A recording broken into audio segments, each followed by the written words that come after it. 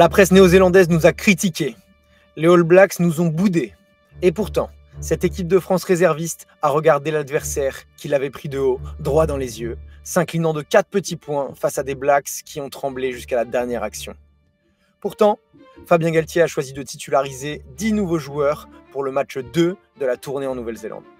Une décision qui interroge, tant la performance des premiers était aboutie.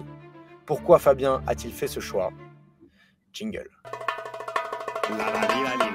Rugby show, ça va te donner très chaud. Rugby show, ça s'écoute entre poteaux. Rugby show, en métro ou au boulot. Rugby show, des débats et des pronos. Rugby show, bienvenue au Rugby Show.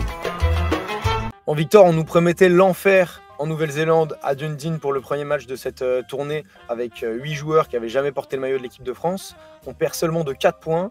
Et là, Fabien Galthié décide de faire 10 changements dans le 15 de départ. Des joueurs qui sont repositionnés, des joueurs qui vont rentrer sur la feuille de match en tant que remplaçants. Après une telle performance qui a été un peu vécue comme une victoire, est-ce que tu trouves ça curieux, ce choix de changer 10 joueurs ?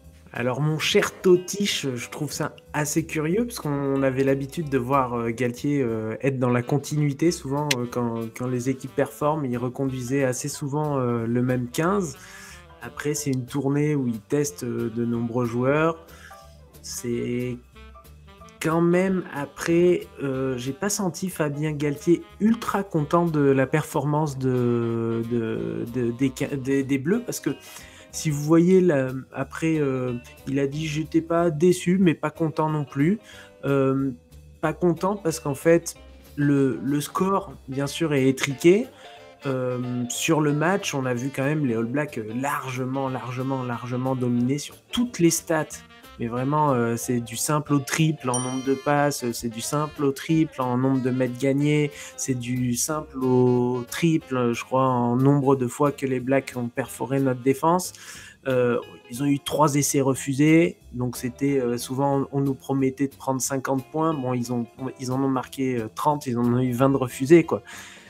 C'est là où, du coup, je pense que c'est assez normal qu'ils tentent quelques changements et aussi un petit vent de fraîcheur avec les quelques nouveaux qui arrivent et qui sont en pleine confiance parce que c'était souvent des finalistes en top 14. C'est ça. Toi, Thomas, je sais que tu es au contraire, voilà, tu te dis peut-être on a fait une belle performance. Toi, t'en penses quoi, toi ? Bah c'est ça, comme tu dis, il y a les finalistes du top 14 qui sont arrivés en Nouvelle-Zélande. Ils ne pouvaient pas jouer le premier match parce que la finale était le 28 juin et qu'une semaine plus tard, on jouait en Nouvelle-Zélande. Et donc, on a des joueurs comme Barassi et De Porter qui vont former une paire de centres toutes fraîches qui sont arrivés de France il n'y a pas si longtemps, qui intègrent le 15 de départ. Ça me paraît assez logique. C'est la même chose pour Brennan, le deuxième ligne toulousain qui rentre en numéro 4, ou Beauchaton, le troisième ligne bordelais qui rentre en numéro 7. Donc forcément, tu as des joueurs qui ont joué la finale du top 14 et qui ont fait une saison de dingue. Tu as envie de les mettre dans l'équipe qui va jouer contre les Blacks. Mais après, tu as forcément envie d'un peu de continuité. Donc je m'attendais pas à autant de changements alors qu'on avait fait quand même une performance assez sympa. Après, les joueurs qui ont potentiellement le plus performé sur le dernier match restent dans la compo de départ. Putain. Clément Castor, on est en plein enregistrement. Désolé, je pars. Je pensais que vous aviez fini. Après, les joueurs qui ont le plus performé sur le premier match, notamment Atisogbe, qui a tout éclaté en numéro 15 et qui, je pense, est l'homme du match sur ce premier match face aux All Blacks. Lui reste dans le 15 de départ, comme les autres joueurs qui ont le plus performé, non, Victor? Alors ouais, je trouve Atisogbe énorme, Gaëlton aussi très très bon, Le Garrick, même s'il a eu un petit coup de pied contré, on l'a vu, c'est quand même le patron. Second aussi très très solide. Barlow pareil, c'est un peu quand même peut-être le 3e meilleur talonneur derrière un Movaka Marchand en top 14, donc il est là. Après, moi j'ai été surpris qu'ils ne reconduisent pas par exemple un Fischer ou un Tixeron. que j'ai trouvé vraiment énorme, notamment Fischer, je l'ai trouvé mais destructeur, 80 minutes, on l'a vu gratter, plaquer, prendre des ballons, lancer plein fer, enfin faire très très mal en fait au All Black. J'étais un petit peu déçu là, je vois que même dans la compo, il est même pas remplaçant. Alors je sais pas, peut-être qu'il a des petits pépins physiques, je sais pas, tu as des petites infos toi Thomas? Je sais pas, mais avec les 20 plaquages qu'il a fait, je pense que physiquement, ça a dû être dur. Après, c'est vrai que la troisième ligne, elle a survolé un peu le match. Fischer, Guillard, Tixeron, enfin, surtout les deux premiers, Fischer et Guillard, qui, en vrai, ils ont fait des performances de haut vol contre ces Blacks. C'est grâce à eux, notamment, qu'on a pu exister dans ce match. Fischer, il fait, je crois, il fait 3 grattages. Enfin, bref, ça a été un vrai poison. Un vrai pêcheur, en vrai, le Fischer, il allait pêcher les ballons dans tous les rucks. Ouais, Fischer, je sais pas, avec ses grosses babines, ses gros pecs, ses gros bras là, je sais pas, il fait peur. T'as l'impression qu'il plaque, il traverse. Enfin, j'avais entendu là sur Rugby Rama sur un qui disait que c'était le joueur le plus sous-coté du top 14. Et ben, nous en tant que Clermontois, on a bien les boules qui partent à Bayonne, hein, je crois. Ouais, on a bien les boules. Mais le Fischer, il faisait partie des nouveaux joueurs qui sont entrés dans ce 15 de départ, qui est les nouveaux capés en équipe de France. Quand même, quand tu as 8 joueurs sur 15 qui commencent un match en Nouvelle-Zélande contre les Blacks et que tu perds que de 4 points, c'est un truc de ouf. Pour ceux qui ont pas la photo, mais qui ont l'audio, vous avez, je vais vous dire les noms, hein. À droite sur la photo, c'est Fischer, puis Van Tonder, Tom Spring, Régis Montagne, Paul Malaise qui a joué en Pro D2 toute la saison, Duguid qui lui est d'origine canadienne, le Montpellierin. Tu as aussi Beria d'origine géorgienne, et puis Joris, le grand 10, second, qui a joué à Bayonne toute la saison, qui a fait une saison de fou, qui a fait un bon match, hein, en vrai, contre les Blacks. Joris, qui d'habitude il a qu'un jeu au pied, il envoie des grandes tatanes, et puis là dans le jeu, il était quand même au niveau, hein. Ah, il était plus qu'au niveau. On l'a vu mettre un coup de pied de 50 mètres d'entrée. Après, il a éteint l'ailier. Enfin, où il a d'abord éteint l'ailier, je crois, All Black. Puis il a mis un coup de pied de 50 mètres. C'est plutôt dans cet ordre-là. Non, il a été énorme, le Joris. Faut savoir qu'il a été formé pilier à Decazeville à la base, et qu'il avait tellement un gros jeu au pied que bon, bah, ils lui ont dit maintenant fini la première ligne, tu vas passer 10. Mais on l'a bien vu. Enfin, on l'a senti très animé, très touché par cette première sélection, notamment juste après match à son interview. J'ai adoré sa réaction en disant un peu une réaction de champion, en disant bah on est content de notre performance, mais on était tellement prêt à 4 points de faire cet exploit que tu le sentais un peu déçu, un peu revanchard. Ça me paraît assez logique que le mec soit reconduit contre les All Blacks samedi 12 juillet, 9h05. Il va falloir mettre le réveil, hein, comme à chaque fois qu'on va jouer dans l'hémisphère sud. Dès qu'on joue en Australie, dès qu'on joue en Nouvelle-Zélande, il faut être motivé. Il faut soit sacrifier son vendredi, soit sacrifier sa santé physique. Et tu as du coup Astoy qui reste sur le banc, qu'on aurait pu croire avec une longueur d'avance sur le papier par rapport à Second, mais vu la saison de Second et sa performance au premier match, je pense que c'est logique qu'il soit reconduit avec Logarec à la charnière. Ouais, c'est normal. Après, il y a Jono, je suis un petit peu déçu de ne pas le voir jouer, mais il a été tellement mauvais dans son entrée face au All Black que c'est normal qu'on ne le reconduise pas. Et après, sinon, bah, comme tu t'as dit, là, tu as quand même des arrivées Barassi de Porter. Est-ce que c'est pas pour toi même la paire de centres qui serait titulaire aujourd'hui dans le 15 de France sur un tournoi destination? Ouais, potentiellement les deux centres les plus en forme en France du moment. Après, c'est quand même compliqué d'avoir deux numéros 13 de métier associés au centre. Je pense qu'en équipe de France, ça n'a jamais trop marché. En tout cas, De Porter, on a bien vu pendant le tournoi Destination 2024, il avait joué avec Ficou en 13 et De Porter en 12. Ça n'avait pas trop fonctionné pour De Porter. Et puis là, on met Barassi en 12, qui a quand même un peu plus d'expérience à ce poste-là. Mais il nous manque quand même un 12 vraiment de métier derrière Moefana, quoi. Je pense que Moefana, il a sa place quoi qu'il arrive en équipe de France, il nous l'a prouvé, et que bon bah là il est au repos parce qu'il a beaucoup trop joué cette année. Mais derrière lui, un 12 puissant, perforateur, qui a vraiment une densité physique exceptionnelle.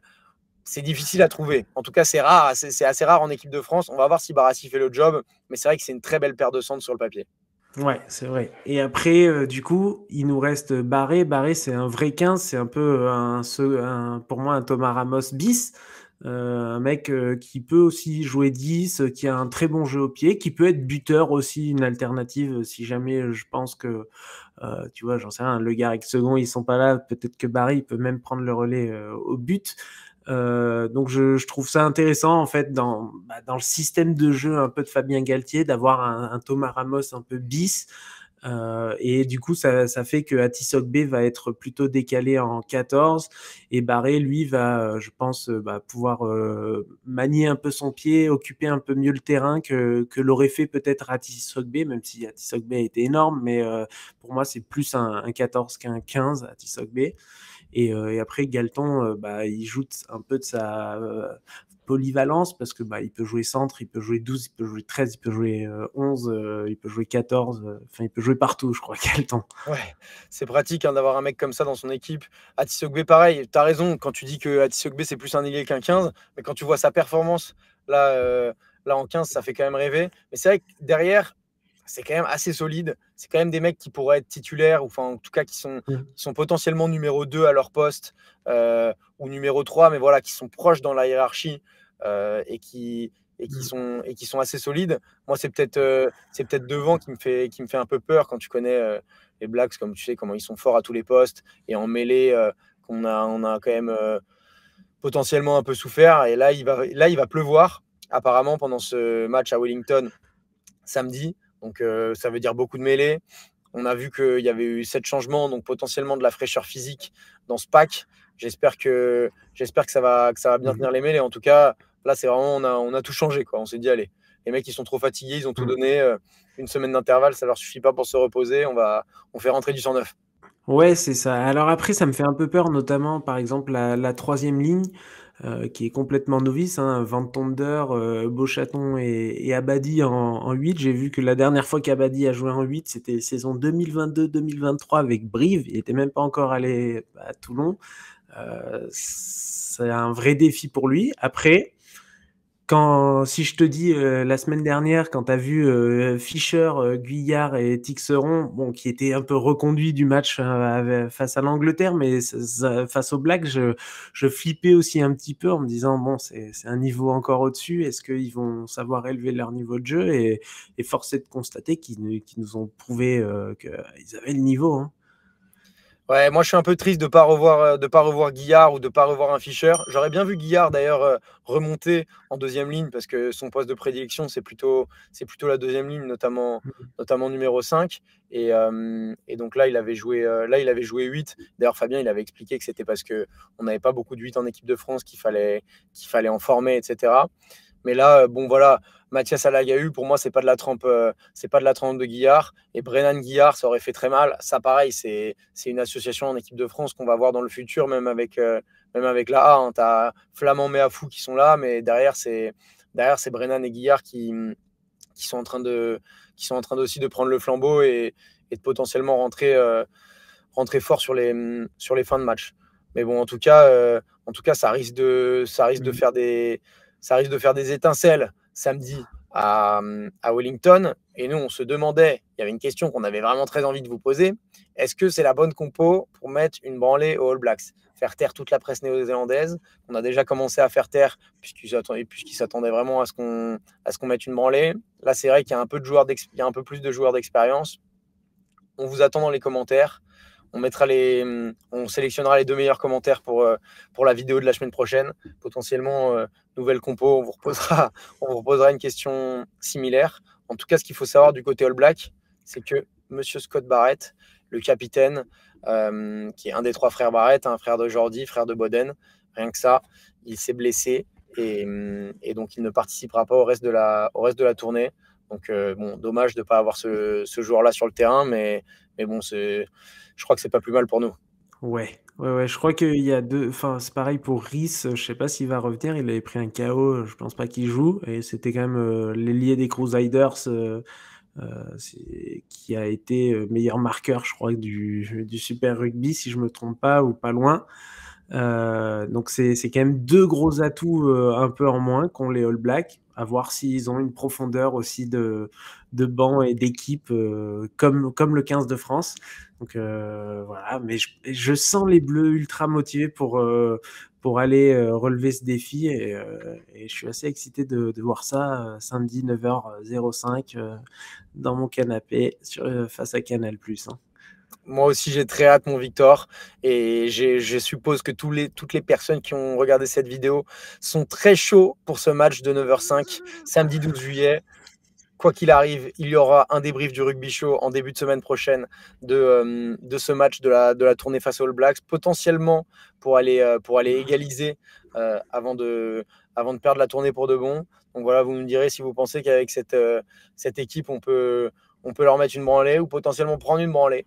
Et on vous retrouve la semaine prochaine pour un nouvel épisode du Rugby Show. En tout cas, le Rugby Show, n'oubliez jamais, c'est chaud, gros! C'est chaud, chaud, chaud, chaud, cacao, chaud les All Blacks. À Wellington.